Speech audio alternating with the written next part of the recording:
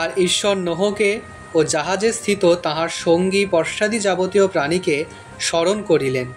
ঈশ্বর পৃথিবীতে বায়ু বহাইলেন, তাহাতে জল থামিল, আর জলধির অনুই ও আকাশের বাতায়ন সকল বদ্ধ এবং আকাশের মহাবৃষ্টি নিবৃত্ত হইল। আর জল ক্রমশ ভূমির উপর হইতে সরিয়া গিয়া 150 দিনের শেষে হ্রাস পাইল। তাহাতে সপ্তম মাসে সপ্তদশ দিনে অরাটের পর্বতের উপরে জাহাজ লাগিয়া রহিল।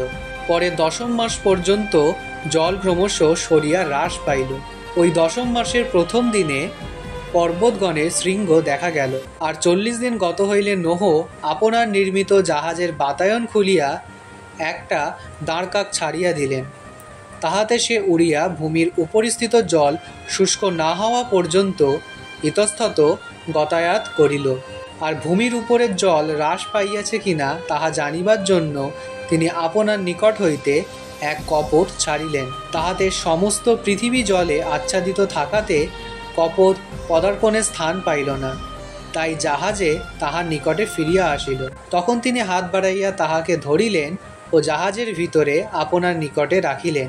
পরে তিনি আর 7 দিন বিলম্ব করিয়া জাহাজ হইতে সেই কপট পুনর্বার ছাড়িয়া দিলেন, এবং কপটটি সন্ধ্যাকালে তাহার নিকটে ফিরিয়া আসিল। আর দেখো, তাহার চঞ্চুতে জিত বৃক্ষের একটি নবীন পত্র ছিল। ইহাতে নোহ বুঝিলেন ভূমির উপরে জল হ্রাস পাইয়াছে। পরে তিনি আর 7 দিন বিলম্ব করিয়া সেই কপট ছাড়িয়া দিলেন। তখন সে তাহার নিকটে আর ফিরিয়া আসিল না। নোহের বয়সের 601 বৎসরের প্রথম মাসের প্রথম দিনে পৃথিবীর উপর জল শুষ্ক হইল। তাহাতে নোহ জাহাজের ছাদ খুলিয়া দৃষ্টিপাত করিলেন, আর দেখো, ভূতল নির্জল। পরে দ্বিতীয় মাসের 27 দিনে ভূমি শুষ্ক হইল। আমেন।